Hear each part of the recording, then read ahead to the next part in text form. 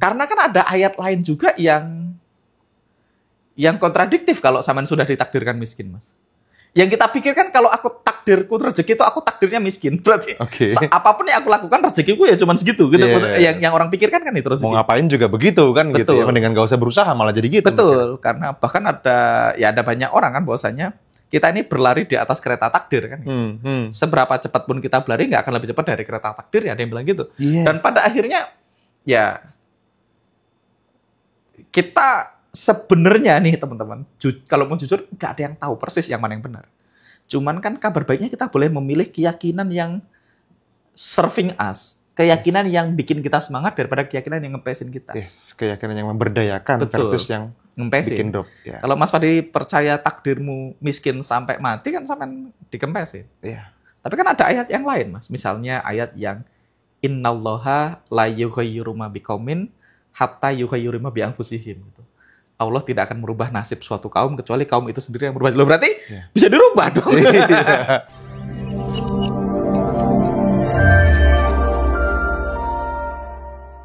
Mulai kuliah itu aku mulai ikut seminar 5 juta gitu. Ikut seminar 4 juta gitu. Dan waktu itu duit segitu tuh ya banyak banget.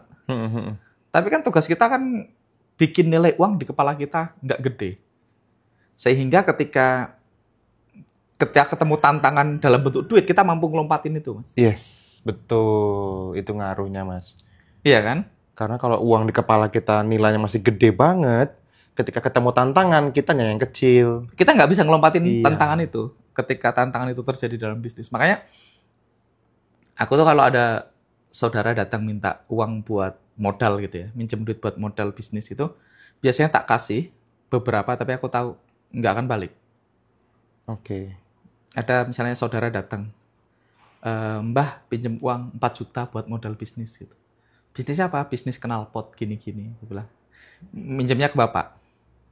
Aku bilang, kasih 4 juta nggak bakal balik, diikhlaskan. Kalau bapak ngasih 4 juta ya berarti pasti hilang, ikhlaskan aja. Aku bilang. Kenapa? Ya, nggak bakal sukses juga. Betul. Karena otaknya dia bahkan nggak mampu ngelompatin 4 juta, Mas. Betul. Artinya 4 juta di kepala dia tuh gede banget. Ketika otaknya nggak mampu ngelompatin 4 juta, dalam hidup, dalam bisnis tantangannya ada banyak, Mas. 4 juta itu nothing, bukan not even challenge, bukan tantangan. Betul, betul. Mbak Lisa itu juga pernah ditawarin temennya ikut invest, bikin kayak Milk Six Cafe gitu, patungan 1 juta banyak orang gitu. Nggak usah ikutan mah, gue bilang. Kenapa? Pasti tutup, aku bilang. Betul. Pasti tutup. Karena apa? Karena nilai uang di kepala kita masih. Kalau teman-teman bayangin 100 juta kalau punya 100 juta, wah nggak kebayang, Mas. Artinya 100 juta itu masih gede banget. Kayak kaum mendang-mending gitu, Mas. Mending. 4 juta daripada buat nginep di hotel mending. Nah, 4 juta mending. Nah, kalau masih mending itu berarti kan artinya nilai uang di kepala kita masih sangat gede. Nah, salah satu belanja itu salah satunya dalam rangka mengecilkan nilai uang di kepalaku. Tapi ya tadi, balik lagi. Teman-teman baru boleh melakukan itu, kalau kita minjem istilah Mas Hendra itu, Anda boleh melakukan itu kalau software kemakmurannya sudah diinstal di kepala kita. Yes. Jadi itu tindakan yang boleh dilakukan setelah menginstal software kemakmuran. Kalau tindakan itu dilakukan sebelum software kemakmuran diinstal, wah, jebol, Mas. Jadi bakar duit. Iya, sampean boros pangkal kaya, terus sampean belanja, terus... Borosnya iya, kayaknya enggak. Kalau sampean masih merasa masih banyak mental block, kayaknya aku nggak bisa, kayaknya aku nggak mampu, kayaknya aku belum layak dapatin itu kan gitu kan. Belanja itu kan dalam rangka meningkatkan kelayakan diri juga, Mas. Ada banyak benefitnya nih kalau dilakukan dengan benar. Iya. Kayak aku sekarang mulai kalau nginep di hotel ya aku ya normalnya bintang 5 kan gitu. Yes. Ini hari Rabu besok aku ke Bali nih sama sekeluarga gitu. Kita nginep di hotel yang bagus. Aku nginep di Apurva Kempinski. Itu pun Mbak Lisna nggak mau kamar yang biasa, Mas. Apurva tuh dia nggak mau kamar yang biasa. Betul. Dia paling nggak junior suite lah gitu maksudnya. Yes. Supaya memang experience-nya berasa. Karena kita di hotel mahal, kita mau dapetin experience-nya. Supaya di Apurva tuh kalau yang kamar yang biasa tuh loh, Mas, yang ada pemisah tengahnya itu loh. Iya. Nah iya, jadi memang perlu upgrade karena akan jadi lebih luas, lebih gede ruangannya, punya bagus lah gitu. Iya. Tapi kan itu Nah, itu Dulu memang mungkin aku berpikir berkali-kali untuk melakukan itu. yes. Tapi ya perlu ditabrakin. Memang iya betul. Perlu ditabrakin bahwasanya normalnya kita ya begitu kan itu. Jadi supaya ngelatih istilahnya naikin termostat, Mas. Termostat itu ruangan ini itu AC itu termostat. Kalau AC-nya sekarang suhunya 18, maka suhu ruangannya akan cenderung 18 terus. Ngejar ke 18, ngikutin kemauan Bukan AC-nya. termometer kan ya. Kalau termometer kan ngikutin suhu ruangan. Dia akan ke 18. Nah, ketika ruangannya mendadak panas, maka AC akan berusaha mengembalikan dia ke 18 lagi. Nah, kalau 18-nya tak rubah jadi 25, maka cepat atau lambat suhu ruangannya akan naik ke 25.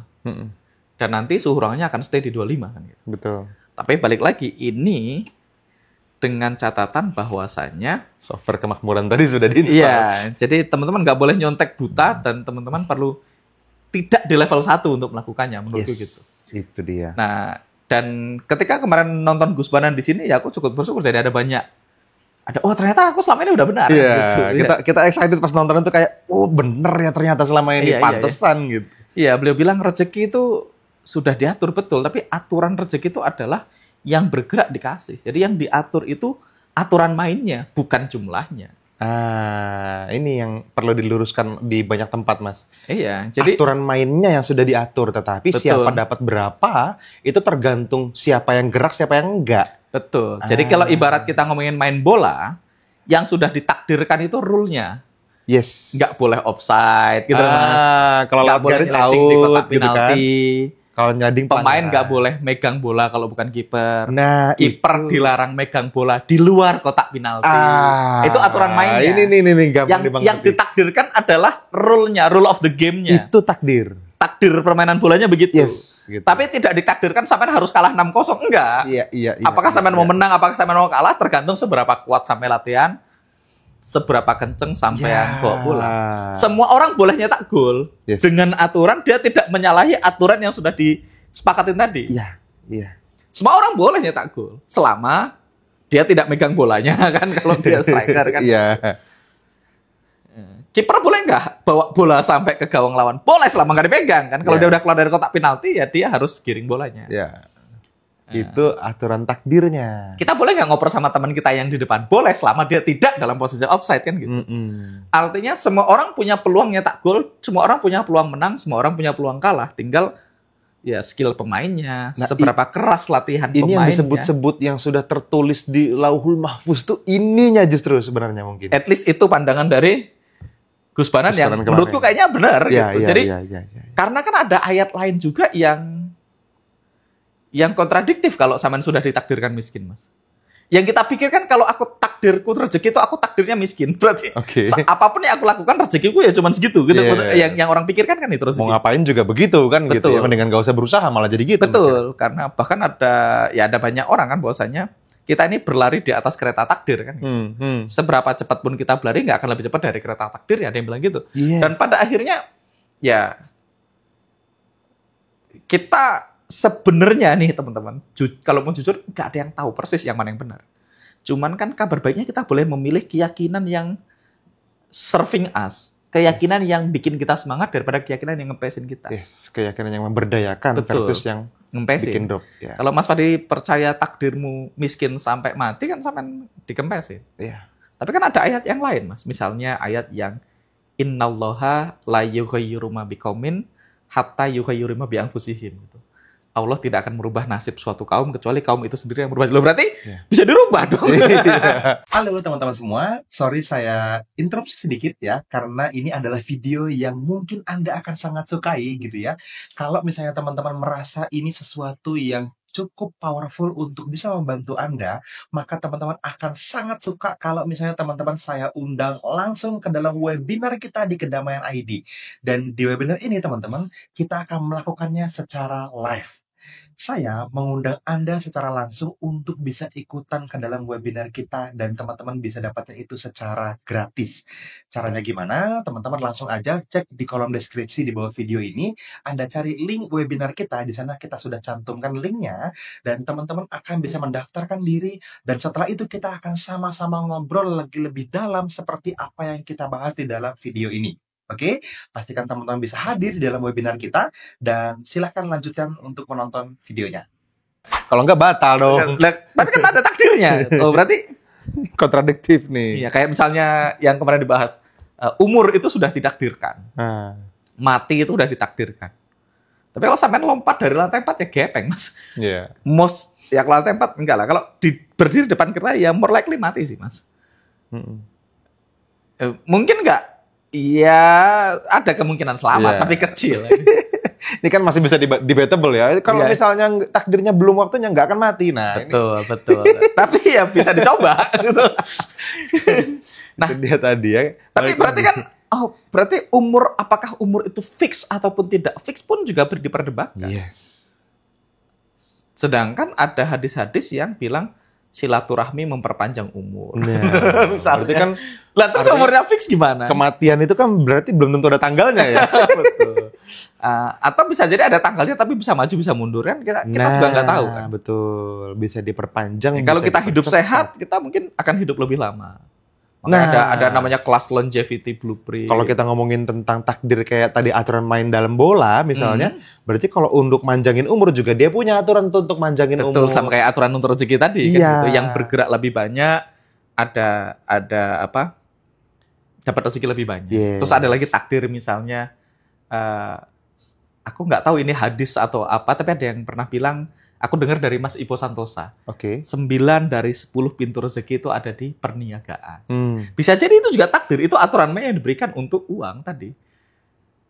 Ya teman-teman boleh gitu melakukannya. Kayak tadi kan, kayak basket juga ada aturannya. Kalau dari dalam lingkaran 2 poin, which is lebih gampang. Layup dari bawah lebih gampang. Kemungkinan masuknya lebih tinggi. Tapi dapatnya 2 poin. Nah, nembak dari jauh 3 poin. lebih susah, tapi 3 poin kan. Itu artinya ada tempat-tempat yang memang ditakdirkan lebih basah daripada industri yang lain, Mas. Iya. Betul kan ya? Iya.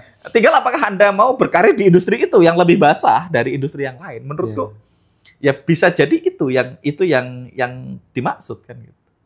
Yes. Lah, makanya ada orang belajar tentang longevity. Ya kalau enggak terus ngapain kalau umurnya fix? Iya. Dan belum lagi ada banyak kisah-kisah di mana maut itu bisa diundur gitu. Kalau kita muslim ya. Ya. Ada kisah konon katanya ada orang yang ditakdirkan mati digigit ular ternyata berangkat ke kebun pulang dia nggak jadi mati. Ternyata dalam perjalanannya dia sedekah harta dia satu-satunya Tuhan ridho ajalnya diundur. Ada yang pernah cerita gitu. Ada juga yang masyhur itu cerita Nabi Ibrahim kan. Nabi Ibrahim kan nego sama malaikatnya, dia datang mau dicabut belum mau gitu. Balik lagi dia kok nggak mau, terus datang lagi gitu. Terus ditanya masa ada sahabat ada kekasih nggak mau ketemu sama kekasihnya. Terus ada kekasih mana yang mau tega nyabut nyawa kekasihnya sendiri kan ada dialog artinya kan bisa dirubah negosiasi itu meninggalnya umurnya bisa dinego. betul. ada kisah-kisah kayak gitu dan ya artinya berarti nggak sefix itu. Yes. Artinya ada aturan-aturan yang bisa memperpanjang umur, ada yang bisa memperpendek umur. Ada tindakan-tindakan yang mempermudah datangnya rezeki. Yes. Ada tindakan-tindakan yang mungkin mempersulit datangnya rezeki. Iya, Gitu. itu dia. Nah, yang fix aturan mainnya. bisa jadi. Oke. Yang fix aturan mainnya. Karena aku nggak berani ngomong karena tadi aku juga nggak tahu apakah ini sebuah kebenaran yang absolut. Ya, menurutku ya nggak ada juga yang absolut ya. Nah, tapi kan menurutku kita ketika perlu punya sama-sama punya keyakinan, tadi. maka aku lebih memilih keyakinan bahwasanya yang difikskan oleh Tuhan itu bukan jumlahnya, tapi adalah aturan mainnya kan gitu. Dan itu menurutku lebih memberdayakan. Dan aku nggak tahu, siapa tahu 3 bulan lagi aku dapat ilmu baru dan pendapatnya beda ya. Kita akan sampaikan lagi di sini kalau memang berubah. Pasti kita ceritain lagi lah ya. Iya. Dan ini kan juga teman-teman perlu sadar apa yang aku pahami hari ini kan berdasarkan keilmuan dan kebijaksanaan aku hari ini. Bisa jadi beberapa bulan ke depan keilmuannya berubah, kebijaksanaannya berubah, pandangannya berubah, bisa jadi tetap sama. Kita nggak pernah tahu kan gitu. Nah, kembali ke boros pangkal kaya tadi ya, menurutku kalau teman-teman melakukannya dan teman-teman menurutku belanja itu adalah menciptakan project. Kalau dalam aku minjem istilahmu di manifestasi itu, belanja itu menciptakan money container, menciptakan energetic containernya, kebutuhannya.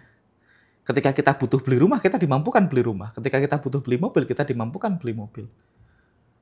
Iya kan? Ada orang butuhnya beda. Ada orang butuhnya bikin airport pribadi, Mas. Iya, buat ngirim barangnya. Iya kan? Ya tugas kita adalah bagaimana kita menciptakan kebutuhan yang akhirnya dimampukan. Iya. Nah, semakin banyak orang yang dilibatkan ke dalam proses belanja tadi, semakin bisa dimampukan. Soalnya faktanya tadi, orang kalau pengen naik haji, dia mampu kok naik haji, Mas. Iya kan? Betul. Ada orang, ya apapun caranya, makanya terkenal ada sinetron tukang bubur naik haji. Kalau dia menciptakan kebutuhan naik haji, proses terjadinya mah seperti sinetron Haji Sulam itu kan. Ya, artinya, ya menurutku, ya naik haji kan dia pasti belum mampu sebenarnya kan. Menciptakan kebutuhan, menciptakan energetic container atau money container tadi. Jadi memang aku bukan aliran konvensional financial planner gitu. Aku tuh aliran yang apa ya? Dirimu boleh spend duit yang sangat banyak di tempat yang kita suka. Tapi juga kita perlu spend secukupnya atau berhemat di tempat yang menurut kita nggak terlalu penting.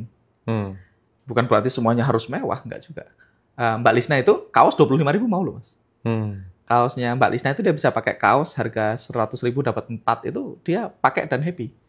Sandalnya dia paling 135.000 gitu. Sandalnya Mbak Lisna. Dan dia nggak komplain dan dia senang aja. Cuman tasnya dia mahal, tasnya ratusan juta. Karena buat dia tas itu penting dan dia senang beli tas itu.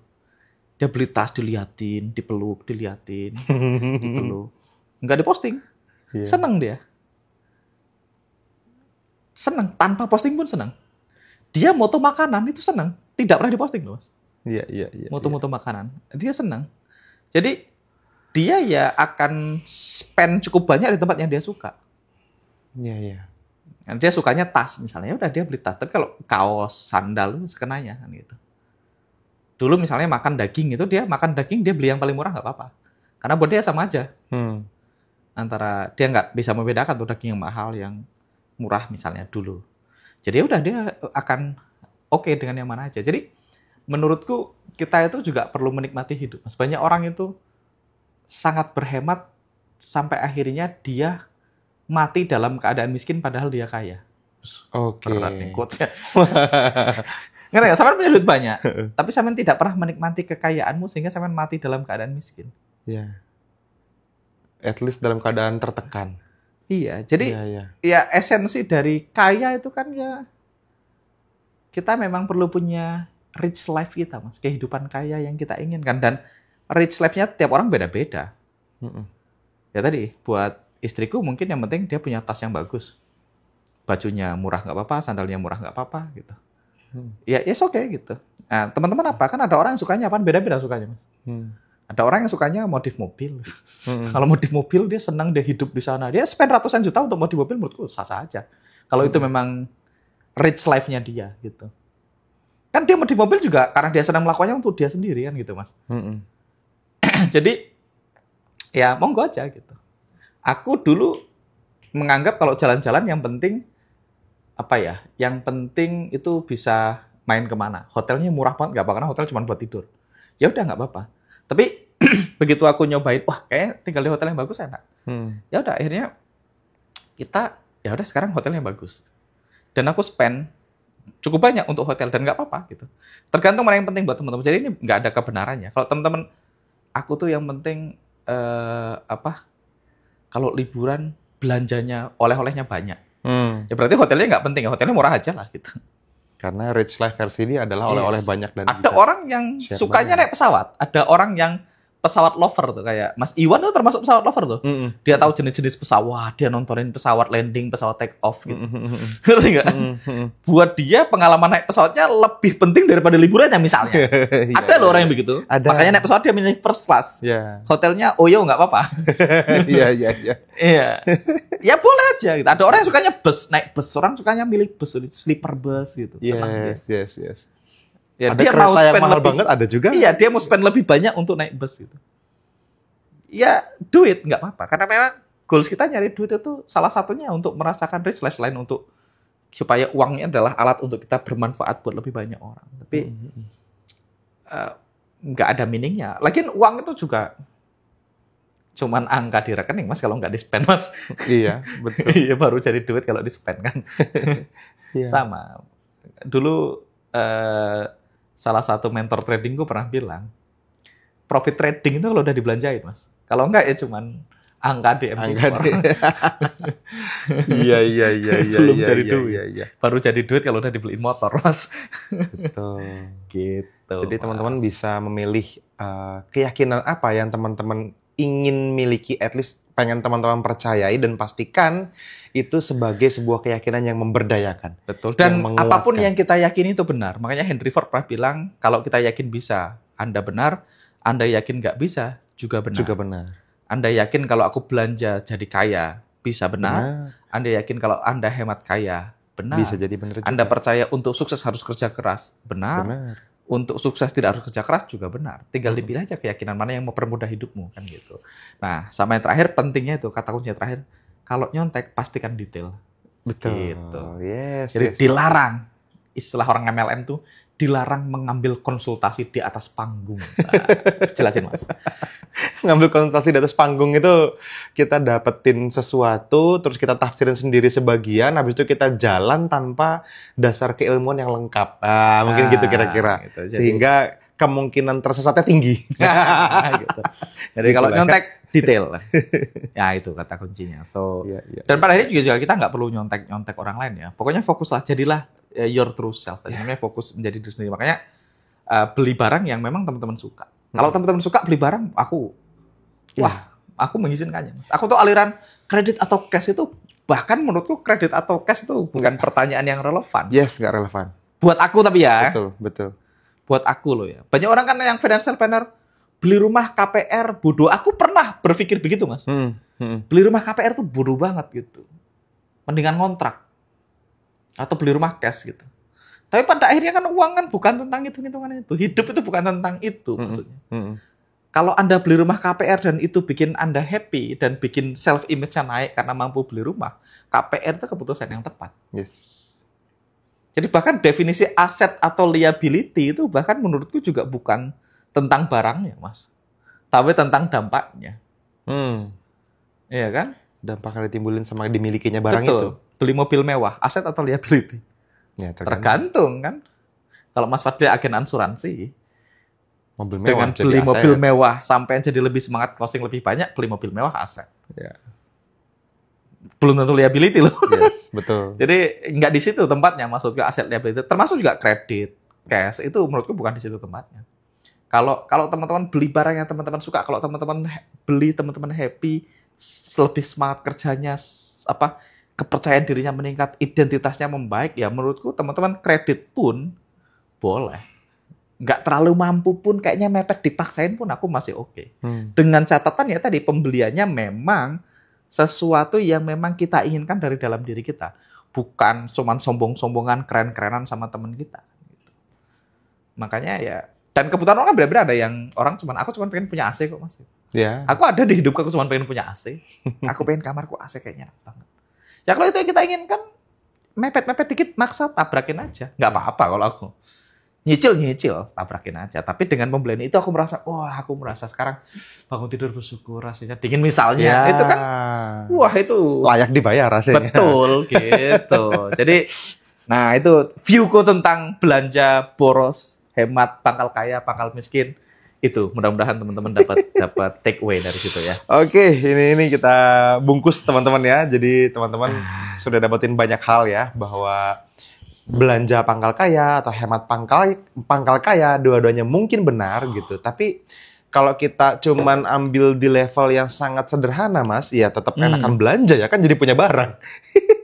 Kalau dua-duanya boleh milih keyakinannya gitu kan. Betul, maksudnya gini. Aku punya teman nih. Dia pengen iPhone. Oke. Kenapa pengen iPhone? Kalau punya iPhone aku lebih pede karena kerjanya konten kreator, Mas. Oke, jadi dia punya iPhone. Pede. Pengen punya lebih iPhone. pede, lebih berani dapat proyek. Berarti iPhone kan aset ya, bukan liabilitas buat dia karena dia konten kreator, tapi HP-nya jelek gitu. Dan dia malu, nggak terlalu pede lah. Di tongkrongan konten kreator dia merasa. Iya, dan itu juga bikin dia jadi nggak terlalu berani nerima proyek-proyekan konten kreator, Mas, karena HP-nya masih jelek misalnya gitu kan. Yes, oke. Dia pengen banget punya iPhone kan gitu.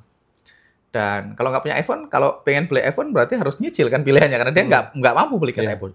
Ya nyicil aja sobik itu aku bilang. Nah sekarang ketemu dia udah punya iPhone, dia tetap sekarang gara-gara dia punya iPhone dia lebih pede, lebih berani. Sekarang dia berani pasang harga lebih mahal misalnya kan. Untuk ketika di endorse gitu. Akhirnya dia dapat lebih banyak proyek. Ya akhirnya jadi bagus. Dan malahan mungkin lebih duitnya untuk bayar iPhone. Betul. Akhirnya cukup. Dan kalaupun sama-sama nggak punya duit, maksudnya gini, nggak punya iPhone, nggak punya duit. Ya. Punya iPhone, nggak punya duit. Kalau sama-sama nggak punya duit, mendingan punya iPhone. Iya kan? Iya. Iya kan? Ya, betul. Iya kan? Saya nyicil rumah, nggak punya duit. Nggak nyicil rumah, juga nggak punya duit. Misalnya, ya mendingan nyicil rumah. Sama-sama tetap nggak punya duit, tapi punya rumah kan. Oke lah. Oke, kita punya 2 minuman, teman-teman. Dan ini dua-duanya punya aku ya. Ini kita punya 2 gelas ya, supaya teman-teman bisa lihat. Dan ini dua-duanya punya Mas Angga ya. Jadi saya memang nggak punya. Oke, itu aja teman-teman. Itu aja teman-teman. Bermanfaat ya. Thank you ya. Kalau ada pertanyaan boleh di kolom komentar diisi aja. Nanti saya tanyain sama Mas Angga.